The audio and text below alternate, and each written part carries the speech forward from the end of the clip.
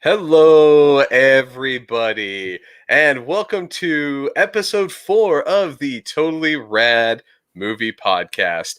I am Scott. Hey, it's Larry.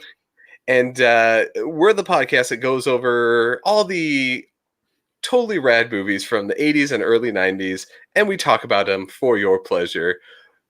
We have a great movie on the docket for today, and I'm not saying that as like a joke or anything like I did with Masters of the Universe. We'll say that I should say it is a good movie from 1985, which is one of John Cusack's early films, Better Off Dead. Going through kind of the tradition here, Larry, I think on this one, you really had no idea what you're getting into with this one, right? No. Whoa, that's weird. Yeah. Had a little echo. Talking. All right, it's done. Okay. Hey.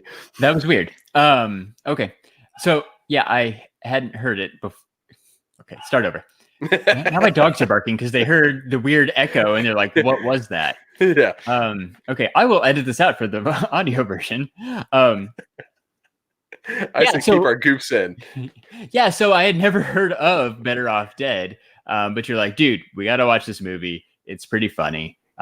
So yeah, clearly I had never seen it before because I didn't even know it was a thing. I'm pretty sure I've never seen any John Cusack movie before. So this was a first for me. I do think your initial adjective of great was overselling this movie. Just bad. Yeah, I amended it. I amended it. Good is I can live with good. It was better than I thought it would be. Let's just say that. Right. So that's cool. So let's go into it. So Larry, let's get started. Since your first time going through it, kind of tell me the story. What is Better Off Dead about? So Better Off Dead, like you said, John Cusack is the main character, Lane Myers. Yep, yeah. Lane Myers. He is a high school student who has this totally rad girlfriend, Beth, who he's completely obsessed with. One of the first scenes in the movie shows his bedroom, and he's got his walls plastered with photos of his girlfriend, Beth, literally wallpapered. I think of 6 months, right? Like, yeah. Oh, of course, it's high school, right? Like, you're completely obsessed after a short amount of time. He has in his closet, he has all of his clothes, but like on the hangers, like where the hangy thingy goes on the pole thingy, like he's got her head like sticking out of all of his clothes in the closet. Like he is legit. Like if he wasn't dating her, you would think he was a stalker. Yeah, he's got like a serial killer room. Yeah, basically. That's perfect. It's a little creepy, but then like it turns out that they're together and like whatever. It still felt weird. Yeah, a little. He's clearly not stable. That is established early on. Right, exactly. Right. If there's a theme to Better Off Dead, it's that Lane is not very stable. Well, I mean, if you look at most of his family. Fair. He's well into the most stable of the rest of his family. But yeah. So I digress. Let's keep going though with the movie. We'll get into the details here shortly. But yeah, his girlfriend, right, Beth, breaks up with him early on. Ditches him for the ski stud. That's right. The guy skis like downhill. It's not just downhill. He skills. Or he skis the K2. He has skills. He skis the K2, the biggest, most dangerous mountain in Northern California. Yeah. I'm not a skier. I'm an Arizona kid who doesn't know anything about snow. So it was an interesting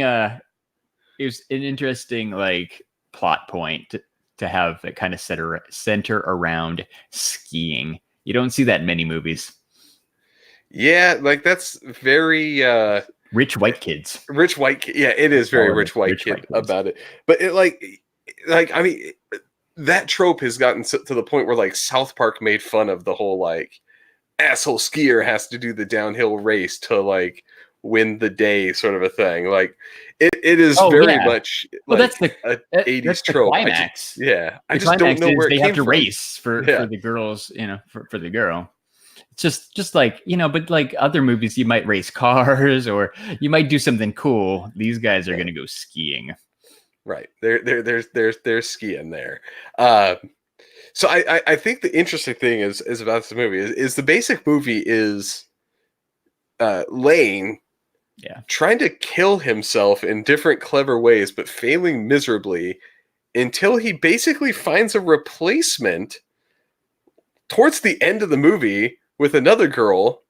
And he's like, all right, cool. I guess I can be happy with somebody else. And then like all is right in the world. But it's like, it's a whole movie about his like a suicide attempts. Oh yeah, right. That's why it's called Better Off Dead, because without Beth, he's better off dead. Yeah. That's the bad pun. So, I really like the early on in the movie, he goes into the garage, gets like an extension cord, wraps it around a pipe or a pole or something in his garage, and he's standing on top of a trash can, ready to like hang himself. And his mom opens up the garage door and like knocks him off the garbage can, and like ends up choking himself because his mom screwed him. Right. It's almost like for most all the suicide attempts are hindered by like an outside force, but still ends up causing damage in some way, shape, or form. Yeah, like he's like, for like the garage one, he clearly doesn't want to do it. He says something about, no, this isn't like the right thing to do or whatever, and then his mom just trips him up. Then later on, his friend, like he's gonna jump off that bridge. Super cliche suicide move right there. He's gonna jump off this low bridge. And his friend comes up and talks to him. He's like, "Don't do it, man," and pats him on the back real hard, and he falls off into a garbage truck. Right. So get to it. I do have to say though, the breakup scene is one of the worst written 80s like scenes ever. We have to talk about this. Okay. Going down here. So the movie starts off where he goes and he wants to join the ski team. And this jerk dude is... Oh, yeah, because it's tryouts. It's tryouts. So he's going to do his tryout to get on the team. The jerk dude is the captain of the ski team, right? So he has this whole rule, like you have to beat time or whatever. And he does some shady stuff to make it so that Lane doesn't actually get, like, like he doesn't stop the timer right away, waits till it goes past the time, then stops. And it's like, oh, dude, you're a couple seconds too late. And then you find out that Beth has dumped him for that guy solely on the fact that he's so cool he skis the K2. Yeah, ooh, the K2. Like he's like, ooh, he's dangerous. Do you know what that means? Isn't there like a snowboarding skiing like company called K2? There is. I vaguely remember that. Yeah. Do you think it's based off of that? I don't know. Is that like a skiing thing? No, I don't know the actual location of it, but there is a K2 mountain. I just don't know if it's actually geographically where the movie is set. Probably not. No. We'll have to look for that one. Hold on, I got the Google machine. Yeah. K2 Mountain is part of, I don't know, it's the second highest after Mount Everest. It's in some place that it's in the Himalayas. So no, definitely not in the right place. But they call it the K2 anyway. Yeah. So it's just this thing. Apparently K2 is harder to climb than Mount Everest. Yeah, so anyway. So my question then becomes this, is like, and in general, is skiing ability the sole factor which determines a person's like prowess as a lover? Because apparently in this movie, ski ability means everything. I really don't know what to say. Yeah. So it's not my thing. Yeah, again, I mean, I grew up on ski hills and like I didn't think that was made you popular, but apparently in this locale, skiing is in the winter is the thing to do, and if you don't do it or you're not good, you are shit. But we have to I have to talk about the weird characters in this movie, because Lane is a weird guy, but he is not the only weird person in this movie. There are plenty of equally, if not more, weird side characters that we have. I think we have to mention, like, this movie's really funny for being really old, right? 1985. It's like 35 years old almost. It's pretty funny. I laughed out loud a few times. Yeah, this was one of the few movies that I didn't remember enough stuff, and yeah, when some of the jokes hit, I legit laughed like audibly at a couple of things that were just so utterly ridiculous. Yeah. Manny's asking about Lane. Does he have a little brother? He does. He does have a little brother who is like a child genius that doesn't. He has no lines in the movie. No. He's like a silent actor, but it's always weird stuff. Like at one point, he orders a book on how to pick up trashy women. Is legitimate. The title is How to Pick Up Trashy Women, and he's like reading this book, and like he's like building a spaceship in their house out of like found parts. It's weird. It's very weird. But you left off how successful that book was, because on New Year's Eve he has like 5 trashy women in his bedroom. He does, yes. So he actually, right. He uses the book to great success. We'll call it that. So that his best friend is the guy Charles DeMar, who is played by Curtis Armstrong. Yeah. Best known as Booger from Revenge of the Nerds.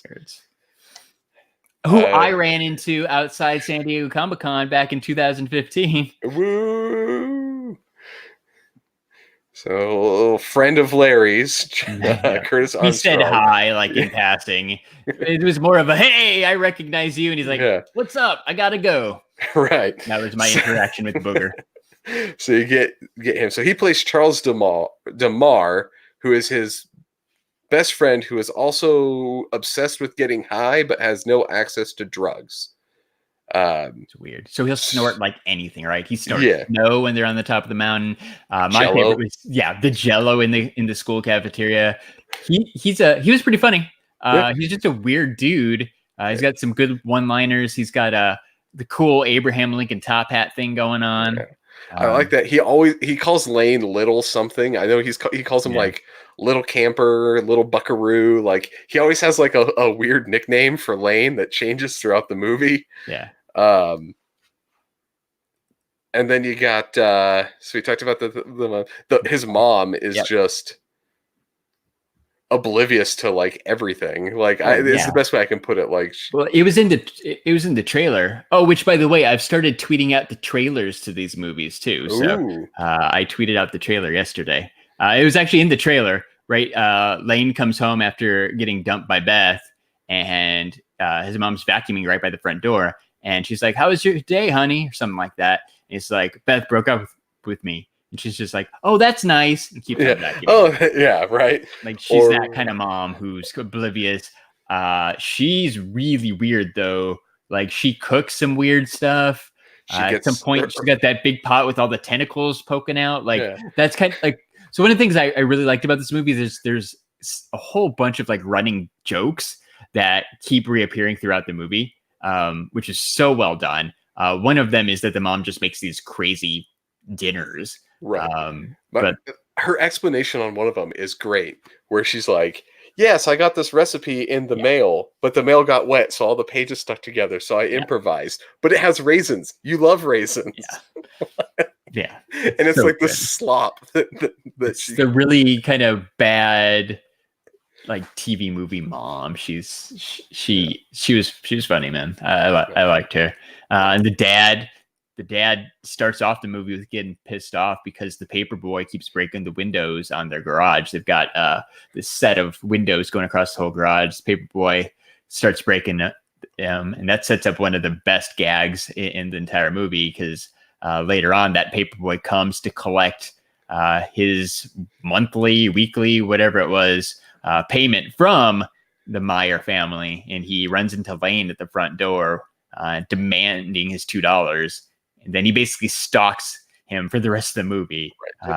Randomly shows up. Yeah, like Tyler Calvert brought it up. when you first joined the chat, right? It just randomly keeps popping up, wanting his $2. Like, to the point that, like, at the very end of the movie, they're racing down this, like, super dangerous mountain. Yeah. Here comes a kid on a bike riding down the mountain, being like, $2. Yeah, like, it was ridiculous. Him, right? Like, it's definitely ridiculous, but it is a good running gag.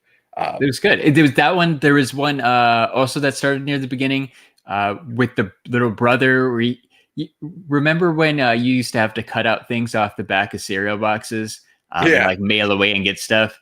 I feel like that's a lost. I think that's a lost thing that our kids will never appreciate. Like, you barely even get toys in cereal boxes anymore. Right. But anyway, most who get a color changing spoon. That's pretty legit. I want a color changing spoon. But like, I don't know. They don't explain what he was cutting off on the back of the cereal boxes. I wish he would have. But they like, the running joke is somehow every time somebody goes to grab a box of cereal, the back has already been cut out, so the cereal just falls out and pours on the floor. It's pretty funny. Right? Like little running gags. Yeah, throughout the whole, but they, like, when you bring it up 3 or 4 times, like, it's pretty clever how they work some of that stuff in. The other good one Tyler brought up is the 2 Asian drag racers. Right. Yeah. So I'll have to remember the quote, I think is what he puts it. But one grew up with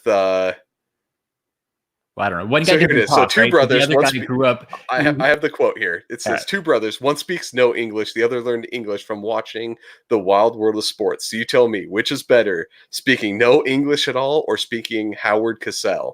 And yeah, so the guy that speaks Howard Cosell literally is like, and today we have the best of the racers coming up.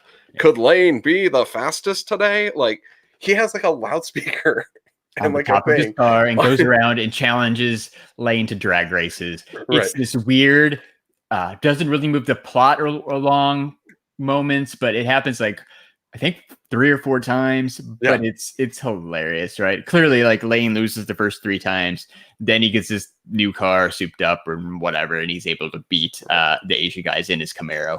But it's hilarious, like Scott said, just doing the Howard Cosell voice through a loudspeaker. It's pretty great. It's to challenge people to challenge people to drag racing by doing announcing like Howard Cosell. Yeah, is so weird. It's so weird, but the fact that it just, again, none of these things like fit in any actual yeah, they don't move the plot along. Like, they're just kind of just running gags to be there. One of the best gags, I think, is it involves your garage door. Is when the dad finally repairs the garage door after it breaks from the paper boy. It shows him on a ladder putting a bow onto the one of the windows, and then it pans out and he just steps off the ladder, and it's like eye level, like he didn't need the ladder at all. Oh, yeah. But like, it's just this little thing of like, why just put his arms up? Yeah, it just went plop. Like, it's like this high. Like, he didn't even need to like put his arms up. He could have just put it on there. But the fact that he drug a ladder out there, stood on it to put the bow on, and then got off the ladder is what, like, that was one of the ones that I legitimately laughed out loud when you pan out to see like, why did he have the ladder? Yeah. It's just stuff like that, right? Like, I think it was a really well-written movie. And again, for being so old, like, because it's a lot of like physical humor, a lot of it holds up, right? Yeah, like just dumb jokes about not needing a ladder, but you're still using a ladder, or cereal falling out of a cereal box. It's still funny in 2019. Yeah. So we got two more characters that we need to bring up. One of them is Monique, the French foreign exchange student, right, who pretends throughout the movie not to speak English.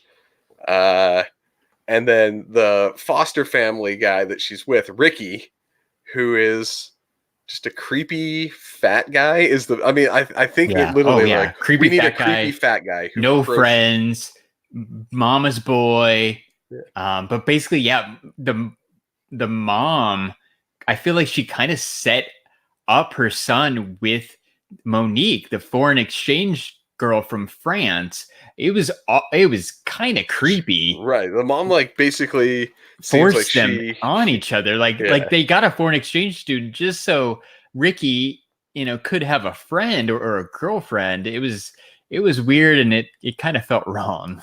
Yeah. So Tyler brings up another one of my moments that made me laugh out loud, and it's not the moment, but one of his suicide attempts involves him trying to like blow himself up, I guess. And so he has like cans of gasoline, and he grabs like a jar of primer at one point, and then it's like family dinner with Ricky, his mom, and the foreign exchange student. And the mom, he's sitting next to the Ricky's mom. She accidentally drinks some of the primer and then lights like a cigarette, and it blows up. And then afterwards, the next scene is them walking away, like all the people, and Lane's quote of like, "Gee, Ricky, I'm sorry your mom blew up," is like it's the worst response to like your friend's mom blowing up. They're driving to school, and he just drops that, and it just moves on. Yeah, gee, I'm real sorry your mom blew up, Ricky. She almost died. Like, honestly, like they all probably almost died. Right. Like the explosion was huge, but apparently everybody was fine, and the mob just had like some minor burns on her face or something. Right. She like, wears like bandages around weird bandages on her face. So yeah, I like that part too, man. Yeah. So it's just that line, like they did the blow up thing, which you're like, oh, that's kind of funny. He like accidentally blew her up, but then to have that immediate line pop out, like made it got me. It got me. It made me laugh. Now, I do have a little bit of we'll say a kind of a trivia thing about this movie, though. Did you know John Cusack walked out of this movie when he saw the actual preview of it? He was not a fan of this film. Really? Yeah.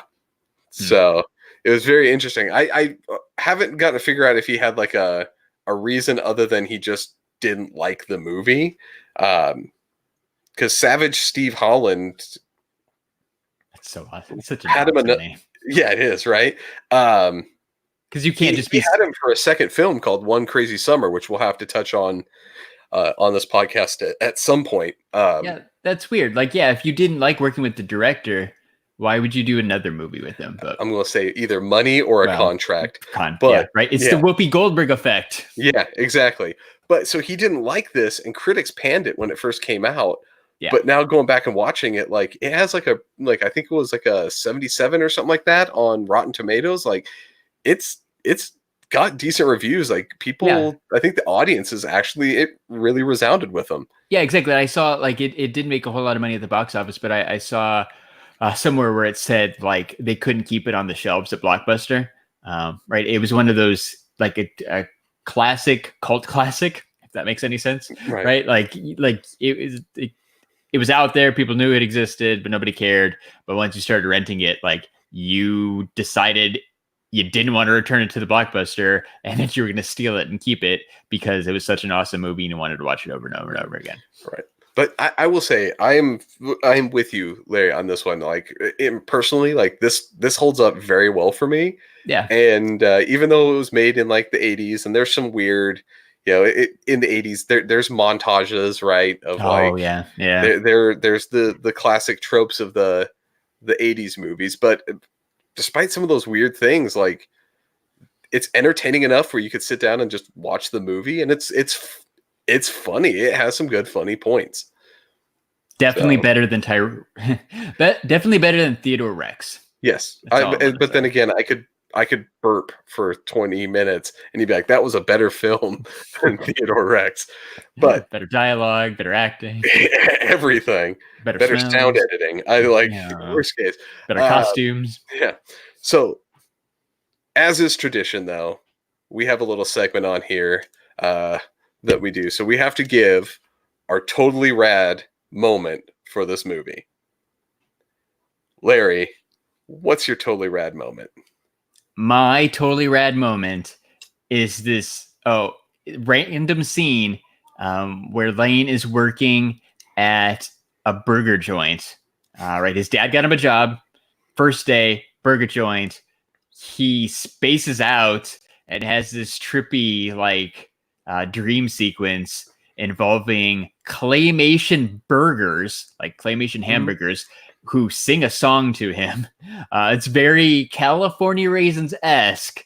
So I chose that as my totally rad moment because I feel like the California Raisins are a very 80s thing. And it was a way to play off of the raisins. Like, absolutely. Like they're holding like burgers. Yeah, it's like I think it's mostly like two burgers, right? One of the man burger is holding like a guitar and he's got a girlfriend. Like it's a weird scene that you'd never see in a movie nowadays. But it's so 80s, it had to be my totally rad moment. Right. Okay. I agree. That is very rad. So I have two. I have a favorite, like a totally rad quote, but then I actually have a totally rad. Like there's one of the running gags that to me I think is the true totally rad. But my favorite quote in this is after he falls off the bridge, he lands in a garbage truck. There's a guy trimming a tree as it drives by. He sees Lane in the garbage can, and he basically makes a quote that's like, he's like, man, that's a real shame when folks be throwing away a perfectly good white boy like that. Like, it's like where it comes from, you never know. No, it's one of those random things that jokes. Don't really, they don't move the plot along, but it was just really funny in there. Yeah, so that one that pops up. So that's like the best quote I think of the pretty good. But the running gag that I think is the funniest is throughout the movie, random people start asking Lane if it's okay if they ask Beth out now that they're like broken up. Like, there's people at like the school, but then like randomly the mailman asks him, and then another point like they're watching the Flintstones on TV, and like Barney Rubble's like he was like, hey, Lane, is it okay if I ask out Beth? You know, like Barney does it. Like Barney again, he's like tripping out. Like and the TV starts talking to him. That was a great choice, dude. It's the continual like everyone wanting to ask Beth out now that he's not there. I think that's my that definitely has to go with the totally rad because like you don't expect the mailman to be like, hey, wait, while I have you here, is it okay if I ask? So that's it. But now. No movie is perfect, and there's definitely parts that we were not big fans of. We call this the totally bogus moment. Larry, what's your totally bogus moment? So totally bogus. I didn't enjoy Beth at all. Like I don't see what the like the dude's gonna kill himself over her, right? Like they should have like set her up as something more than they did. Like we said, they break up pretty early on in the movie. I don't get it. I don't see what he sees in her. She's just a girl. I'm totally team Monique. He did way better with the French girl. What do you think, Scott? The blonde 100%. Girl or the French girl? You got to go with the French girl on that one. I'm just sorry. For the accent alone. But yeah. The accent, she fixed his car. Yeah. Like she knows mechanics. She's a good skier, which it clearly is important in this world. Absolutely. Beth has none of those. No, so and she's fun. I'm Team Monique. Monique. She's just a fun girl. I just wish they would have maybe showed a little bit more of like Lane and Beth dating and showed like why. Yeah, like I would like to see more as why she had this spell on this kid, man. Other than it was just a girl, and he's like, I love girls. Yeah, so I agree. Yeah, there's not a lot of. Character development is very non-existent with Beth. Beth and Beth's new boyfriend. He's just a jerk. You don't get much beyond that, which is fine. Literally an asshole. Like that's exactly what it is. Like apparently he was a dick to the director because he didn't know he was a director during the audition, and that's how he got the part. Is because the guy was just being an asshole, and the director was like, "Oh, like fire him. He's being a dick." Get out of here. Like, get out of here. And then they're like, well, he's auditioning to be the part of the asshole, like, ski guy. And he's like, bring him back in. He's hired. Like, he's already a piece of shit. Like, let's bring him back in. No, that is a very good thing. Yeah, I agree with you. I did not understand why Beth was such an important character. Yeah. In his life. What's your totally bogus moment? My totally bogus moment happens probably within the first 3 minutes of the movie. Lane wakes up, right? It's the big day where he has his ski tryouts that he's going to. He walks into the bathroom. It pans down onto his feet. He takes off all the clothes. He can't see anything, but he takes off the clothes and steps into the shower, still wearing his socks. Oh, yeah. Then it shows a scene of him blow drying his socks to dry them off since he wore them in the shower. Like that thing, I was like, that's the weird for the sake of being weird stuff. Yeah, weird for the sake of being weird, but it didn't like. It's the thing. It doesn't come back. Like no, I thought it was going to come back too. Yeah, it doesn't come back. It's just a thing. It was like a setup for a joke that never happened. And I think maybe they cut something out. So that was the thing that I was like, that was so weird. Like, why did they show that? Like, that was that's a good one. I thought maybe they were like his lucky socks or something. It's still weird, but like I thought there was going to be a throwback to it later on. But no, it's just that dumb, weird opening scene. My guess is it's maybe like, oh, these are the socks that I wore when I met Beth, so I'm never taking them off. I thought it was going to be right? Something, yeah, something about them. But yeah, he just showers with them and then blow dries them dry, and then goes out skiing. Like it's totally normal. Yeah, it's so weird. So yeah, that is my totally bogus moment for the movie. But there's not many. Like honestly, it's not like you said, it's not a great movie, but it's very much watchable, and it's funny. Like, and it again, you said at the very beginning, it holds up. It's like watchable. It's funny. Like everything holds up. Like you called it exactly correct on that front. Like it's. Yeah, so Night Bodega, I can't talk. Night Bodega asks if it is spoofing Weird Science. I don't think so. What do you think?